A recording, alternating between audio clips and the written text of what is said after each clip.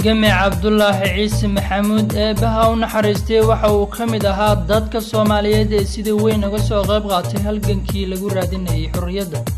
waxa uu ku dhashay degmada Afgooye ee gobolka Shabeellaha Hoose sanadii 1922 dhamaadkii 1943 Cabdullaahi Ciise waxa uu kamid noqday golihii dhexe ee ururka dhalinyarada Soomaaliyeed ee SYL.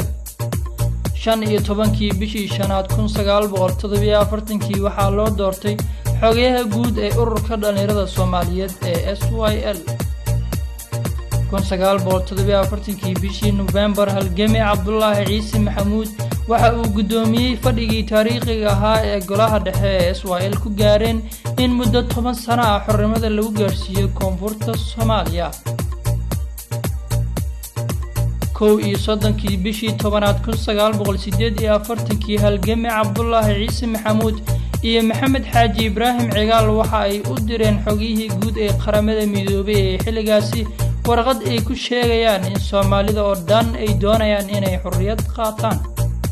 Maarso 1949 halgame Cabdullaahi Ciise Maxamuud waxa uu tagay xarunta qaramada midoobay ee New York halkaas uu ka waday diblomaasiyadii uu xorriyadda ku raadinayay.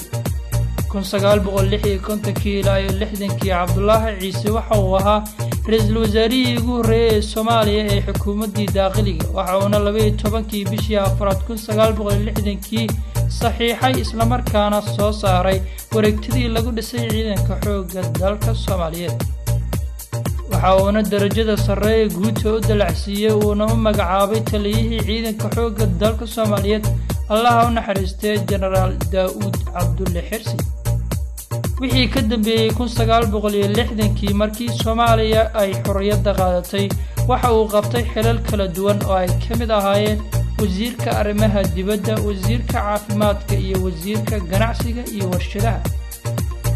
ugu dambeyn 24 bishii saddexaad 1988 halgame Cabdullaahi Ciise Maxamuud eebaha u naxariistay waxa uu ku geeriyooday magaalada Rome ee dalka Talyaaniga. guud ahaan taariikhdii koobneed ee mudane Cabdullaahi Ciise Maxamuud ra'iisul wasaarihii ugu horeeyay ee xukuumadii daaqiliga Soomaaliya waa inaga intaas.